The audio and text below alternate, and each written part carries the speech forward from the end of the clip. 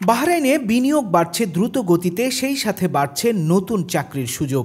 চলতি বছরের প্রথম ৯ মাসে মোট ৭৫টি প্রকল্পে ১.৫২ বিলিয়ন মার্কিন ডলার বিনিয়োগ এসেছে দেশটিতে। এসব প্রকল্পের ফলে আগামী ৩ বছরে প্রায় ৪,৩০০টি নতুন চাকরির সুযোগ সৃষ্টি হবে বলে আশা করছে বাহরাইনের economic development board. The Daily Tribune এই খবর দিয়েছে। খবরে আরও বলা হয়েছে, বাহরাইনের ক্রাউন প্রিন্স ও প্রধানমন্ত্রী সালমান বিন হামাদ আল খলিফা বলেছেন, এই বিনিয়োগ অর্থনৈতিক প্রবৃদ্ধি বাড়ানোর পাশাপাশি তার দেশকে বহুমুখী অর্থনীতির দিকে এগিয়ে নেবে।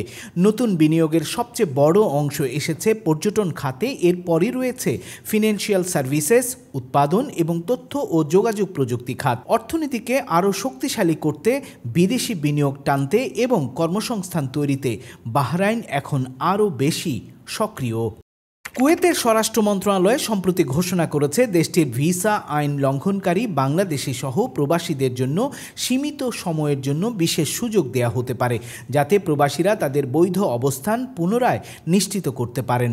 আরব টাইমস এই খবর দিয়েছে। খবরে বলা হয়েছে, কুয়েতের স্বরাষ্ট্র মন্ত্রণালয় জানিয়েছে, যারা পারিবারিক ও মানবিক কারণে ভিসার শর্ত বা নিয়ম মেনে চলতে পারেননি, তাদের জন্য এই সুযোগ মানবিক ভিত্তিতে প্রযোজ্য হবে। তবে এটি শুধুমাত্র অফিসিয়াল ঘোষণা অনুযায়ী প্রযোজ্য, যা মন্ত্রণালয়ের অনুমোদিত পদ্ধতি অনুসরণ করতে হবে। প্রবাসীদের পরামর্শ দেওয়া হয়েছে, তারা যেন অনলাইন বা সামাজিক মাধ্যমে ছড়ানো তথ্যের পরিবর্তে শুধুমাত্র দেশটির স্বরাষ্ট্র মন্ত্রণালয়ের অফিসিয়াল চ্যানেল থেকে প্রকাশিত তথ্যের উপরই নির্ভর করেন। সংযুক্ত আরব আমিরাতের শারজাতে চলমান অভিযানে সম্প্রতি একটি বড় সাইবার জালিয়াতি চক্রের ১৩ জনকে গ্রেফতার করেছে দেশটির পুলিশ। খালিজ টাইমস এই খবর দিয়েছে। খবরে বলা হয়েছে, ধরা পড়া চক্রটি অনলাইনে আবাসিক অ্যাপার্টমেন্ট ও অফিস স্পেস ভাড়া দেওয়ার নামে ভুয়া বিজ্ঞাপন প্রকাশ করত। তারা ভুক্তভোগীদের প্রলুব্ধ করত ভাড়া নেয়ার জন্য, পরে ভুয়া চুক্তি তৈরি করে অর্থ হাতিয়ে নিত। পুলিশ অনুসন্ধান করে জানতে পেরেছে, প্রতারণাকারীরা ৭টি মূল কেন্দ্র থেকে এই কার্যক্রম চালাতো এবং বিভিন্ন কৌশল ব্যবহার করে ভুক্তভোগীদের সঙ্গে যোগাযোগ করত। গ্রেপ্তারের পর পুলিশ জানিয়েছে, ভুক্তভোগীরা প্রাথমিকভাবে অ্যাপার্টমেন্ট বা অফিস ভাড়া নেয়ার প্রলোভনে পড়ে অর্থ দিয়ে থাকলেও পরে প্রতারকরা সব যোগাযোগ বন্ধ করে দিত।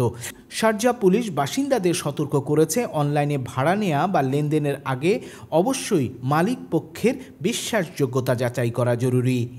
সারা বিশ্ব থেকে ওমরা হাজি ও মুসল্লিদের সংখ্যা বাড়ছে সৌদি আরবে। মক্কার গ্র্যান্ড মসজিদ ও মসজিদে নববীর তত্ত্বাবধানের জন্য জেনারেল অথরিটি ঘোষণা করেছে যে ১৪৪৭ হিজরির রবিউল আউয়াল মাসে দুটি পবিত্র মসজিদে মোট ৫,৩০,০০,০০০ মুসল্লি ও দর্শনার্থী এসেছিলেন। কর্তৃপক্ষের মতে গেল এক মাসে মক্কার গ্র্যান্ড মসজিদে ১,৭৫,৬০,০০০ বেশি মুসল্লি ও হাজিকে স্বাগত জানিয়েছে। ওমরা পালন করেছেন ১,২১,০০,০০০ মানুষ। মদিনার মসজিদে নববীতে একই মাসে ২,৭৫,৫৬০ জন মুসল্লি এসেছিলেন। ২০,৭১,০০০ দর্শনার্থী নবীজি হজরত মুহাম্মদ সাল্লাল্লাহু আলাইহি সাল্লাম এবং তার সাহাবীদের প্রতি সালাম পেশ করেছেন। কর্তৃপক্ষ বলছে, হাজি ও মুসল্লিদের জন্য ব্যবস্থাপনা আরও উন্নত করায় এই সংখ্যা দিন দিন বাড়ছে।